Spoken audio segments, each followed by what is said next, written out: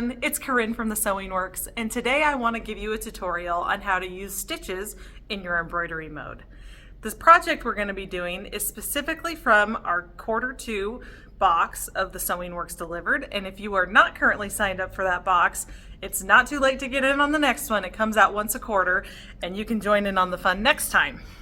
If you do have the box, you will need to get your cozy blanks out, and you will want some Aqua Mesh Plus. So this is sticky back wash away stabilizer to put in your hoop. And we have included a lovely silky blendables 12 weight thread. This is to give you that nice bold variegated fun look that you see in our sample. So without further ado, let's go to the sewing machine. Today's demo will be using the Bernina 770 Plus, but you can use any of the new Bernina embroidery interfaces to bring your decorative stitches into your embroidery mode. Because I already have my embroidery module connected when I powered on, it brought me into this screen with ready to open an embroidery design and sew. I'm going to load a design off my stick first, which you will do also if you're going to be doing the koozie project, but if you want to just learn the technique of bringing the stitches over, we're going to get to that next. So the first thing I need to do is find my box, which will be in your cozy design folder on your stick if you've got the Sewing Works Delivered box. This is going to give me a placement for what area I need to fill. It's approximately the size of your koozie side panel. And you will also use it to then figure out where to set this before you sew. I've loaded the Aqua Mesh stabilizer into the hoop with the paper side up. It's actually Aqua Mesh Plus, and I will remove that before we sew, but we've got some designing to do first. So with this up, I'm actually going to switch from embroidery over to sewing. So we'll swing over to our sewing screen. It wants to move my module out of the way.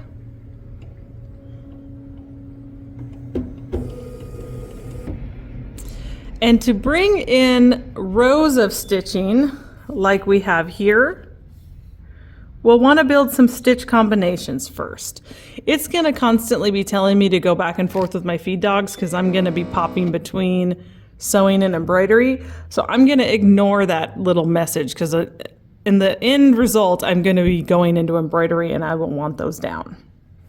So to get to combination mode, we go to the plus sign. Then we can go over here to our decorative stitch menu and we'll find something cute like these little hearts. And you're probably going to need at least 6 or 7 repeats of the design to go the full span, especially this longest one. And maybe, well, if you have some longer stitches, you can do the math. You need about 6 inches worth of stitching for the longest one, and probably at least 4 and 3 for those other rows. So we'll start here, and I'm just gonna build it bigger than I need. So everything should be about 6 inches. So I'll add up my little hearts. 1, 2, 3, 4, 5. Let's do 7 or 8, that is. The next thing I'm going to do is, with this stitch combination, I'm going to save it into my combination folder. Now you might see that I have some other combinations in there. The trick is you can only retrieve the last combination you built once you go into embroidery. So I built this one. Now I'm going to take you over to the embroidery screen. And I'm going to add a layer. I'll select my favorites, and here is my little row of stitches I made. So I can load that up, and I can now rotate it.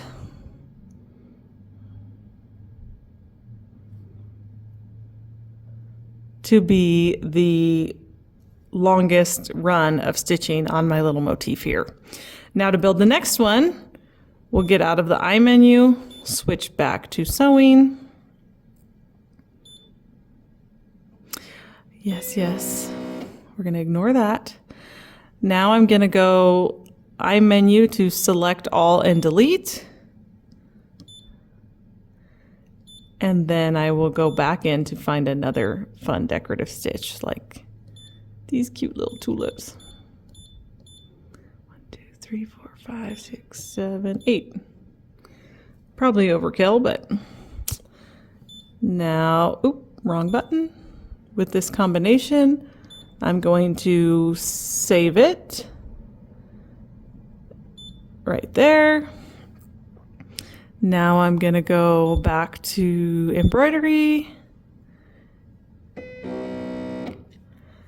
and add a layer.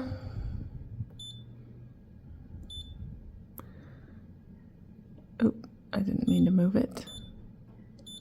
I want to rotate it and then move it.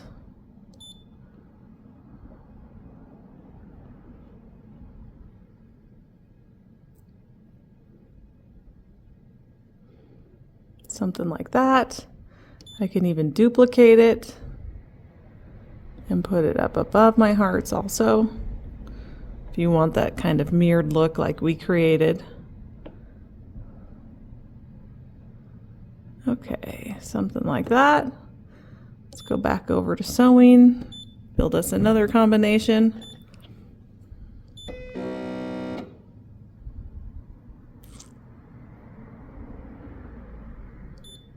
Oh, don't forget to clear out the last one.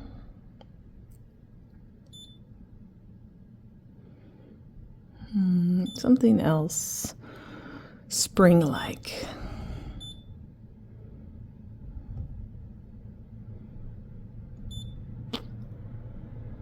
Those might be fun.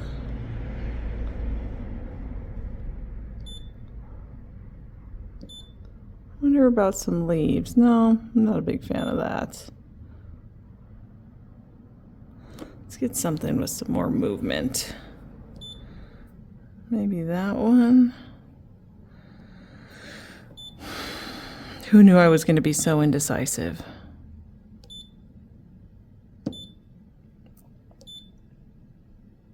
That's half the fun, is picking out all the motifs. Oh, this is cute. Let's do these. 1, 2, 3, 4. Oh, this is a big design. 5 is probably going to be plenty. Then we will save it. And I'll show you how to clean those out in just a moment. Oops, back to embroidery.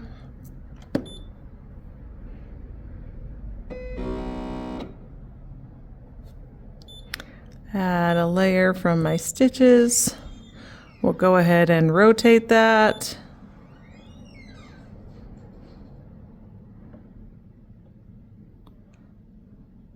That looks about right. And then we can move it.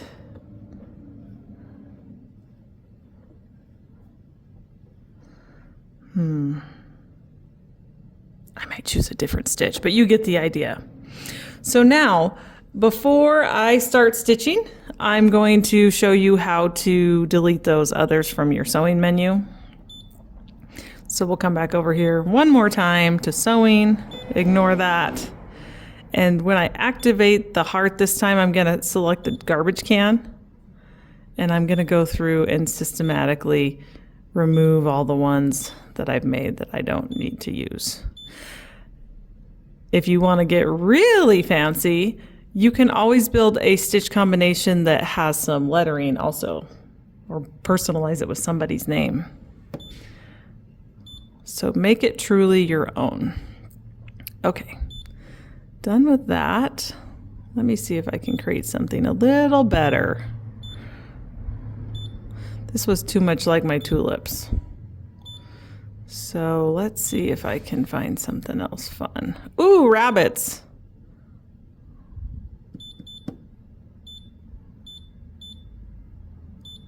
One, 2, 3, 4, 5, 6, I think. Then we'll save.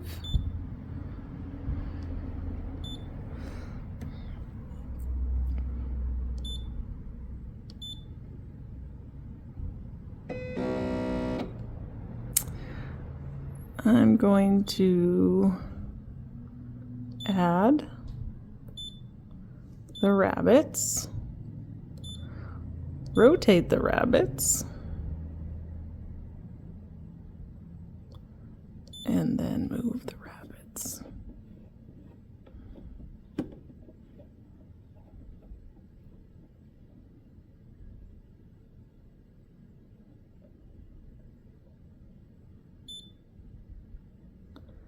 Adjusting my spacing a little bit here, and I'm going to duplicate that and use it at the top. Where's my second row of bunnies? Here we go.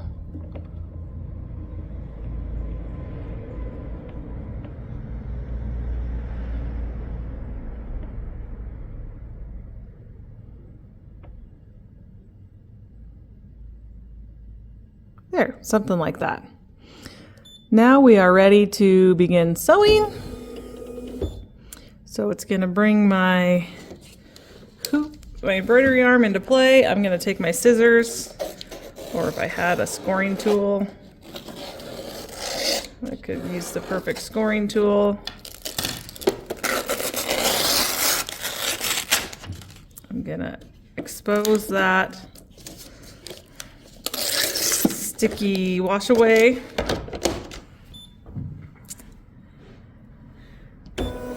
And now we're gonna start stitching.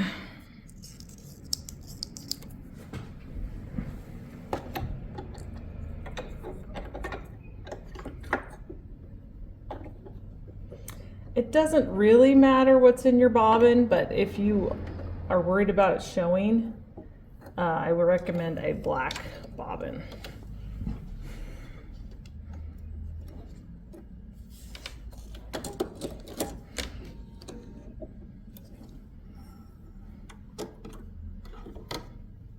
So the first stitch we're going to just sew right onto the stabilizer. Better make sure we're... One thing I forgot to mention when you are designing your stitches in the sewing mode, make sure you have selected, like I did, like a number 1C or a wide swing foot. That will allow you to build those stitches at the widest possible pattern. So even though I still had my embroidery foot physically on the machine, I tricked the machine by telling it I had a 1C and built those combinations to save them and bring them over. Okay, now that that's all good, we'll go ahead and stitch our box.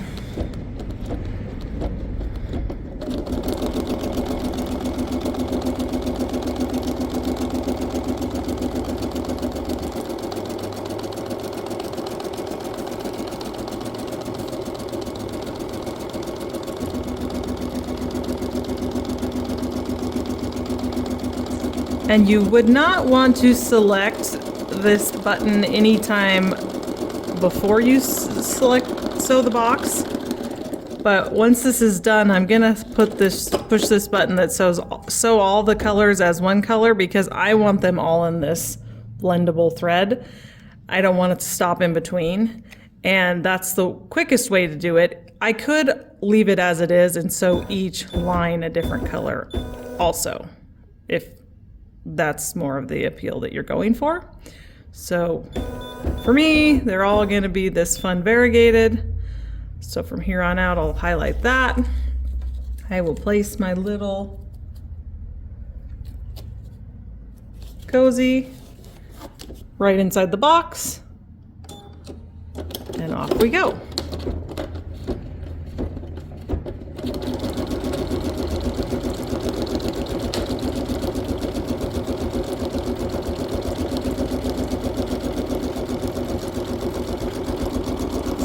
Zoom in.